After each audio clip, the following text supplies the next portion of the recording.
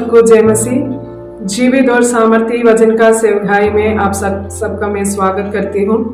आज का वचन का मनन के लिए हम निकालेंगे मत्ती का सुसमाचार पहला अध्याय, उसका पहला वचन। अब्राहम की संतान, दाऊद की संतान, यीशु मसीह का वंशावली। मैं ये वचन पढ़ने के समय पर मेरे मन के अंदर ऐसे एक सवाल आया, अब्राहम क्यों यीशु मसीह का वंशावली में आ गया? ऐसा क्या खासियत है कि अब्राहम के जीवन में यीशु मसीह का वंशावली में आने का क्या खासियत अब्राहम के जीवन में था? हम उसको थोड़ा सा देखेंगे वचन का अनुसार। यीशु मसीह का वंशावली में आने के लिए क्या क्या खासियत अब्राहम के जीवन में था। पहले बात हम देखते हैं अब्राहम के विषय में।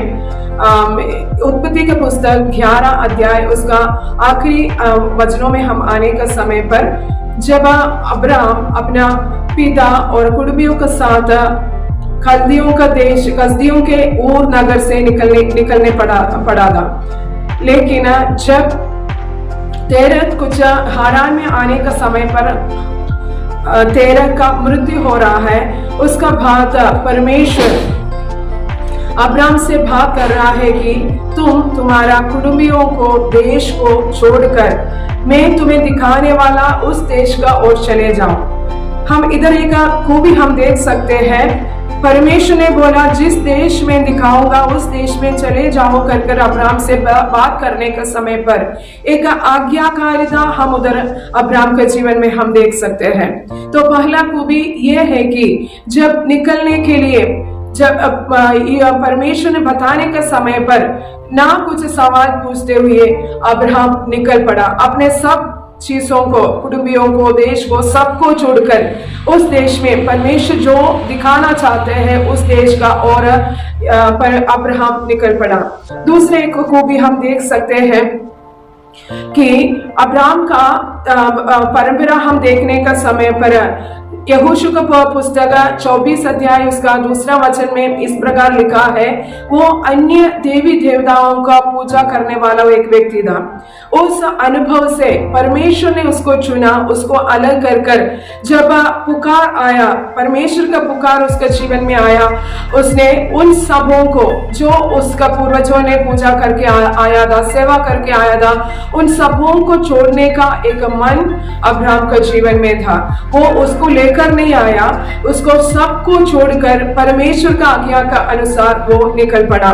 दूसरा बात हम अब्राहम के विषय में हम देख सकते हैं कि हमेशा जहां जहां वो गया, जहां जहां वो तंबू बनाया, उधर परमेश्वर के लिए एक वेदी उसने बनाया।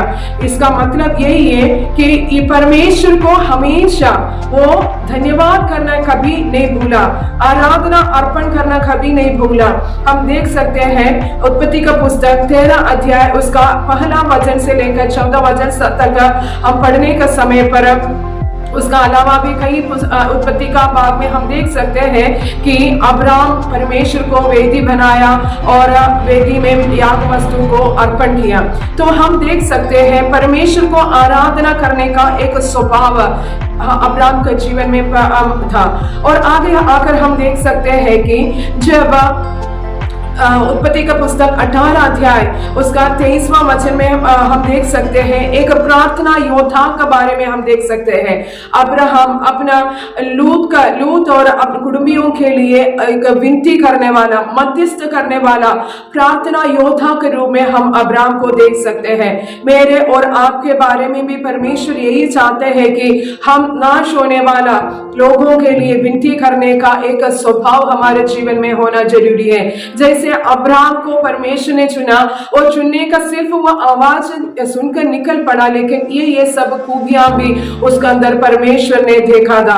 वो परमेश्वर का निकट बने रहने वाला एक प्रार्थना योद्धा था अब्राहम। परमेश्वर उसको उपयोग किया। उसके बाद हम देख सकते हैं कि अब्राहम और सारा के जीवन में बच्चे नहीं था, लेकिन रोमियो का पुस्तक 4 अध्याय, उसका 17 और 18 वचन हम पढ़ने के समय पर उधर लिखा है, आशा का विरोध में वो उसने विश्वास किया कि परमेश्वर ने मुझे, और उन लोगों को उम्र नहीं देखा कि परमेश्वर इस उम्र में भी हमें बच्चे देने के लिए सामर्थ्य है कर कर आशा, वो निराशा के विरोध में आशा रखकर अब्राम का वाइफ सारा भी विश्वास में दृढ़ रहकर आगे बढ़ा। उसके बाद हम देख सकते हैं कि वो दृढ़ विश्वास उसके जीवन में हम देख सकते हैं। परमेश्वर ने बोला, मैं बालुओं का समान और आकाश के तारे का समान तुम्हें संतान दूंगा, लेकिन वो निराशा में भी आशा रहकर इतना दृढ़ निश्चय का साथ आगे बढ़ने के लिए परमेश्वर ने उसके जीवन में सहायता किया। उसके बाद हम देख सकते हैं अब्राम के जीवन में उत्पत्ति 22 अध्याय में हम आने का समय पर अपना इकलौता बेटा इसहाक को जब परमेश्वर ने बोला मुझे उसको देना है कर कर, बलि अर्पण करना है कर कर जब बताया, वो कभी पीछे नहीं हटा।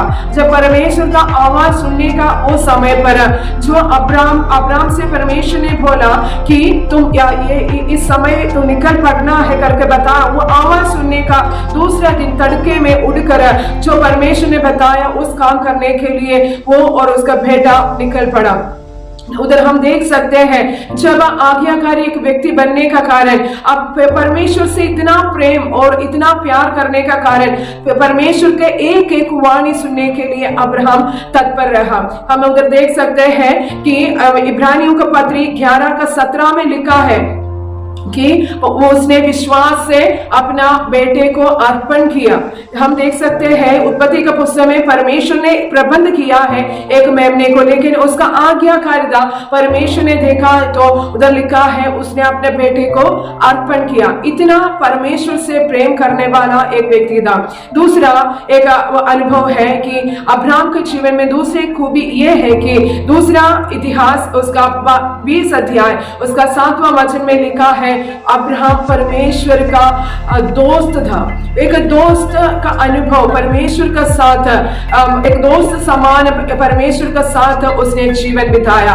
तो हम इन सब खूबियों का कारण परमेश्वर ने मेरे से बोला इन सब खूबियां हैं अब्राहम को यीशु मसीह का वंशावली में पहला स्थान देने के लिए परमेश्वर उसको चुना।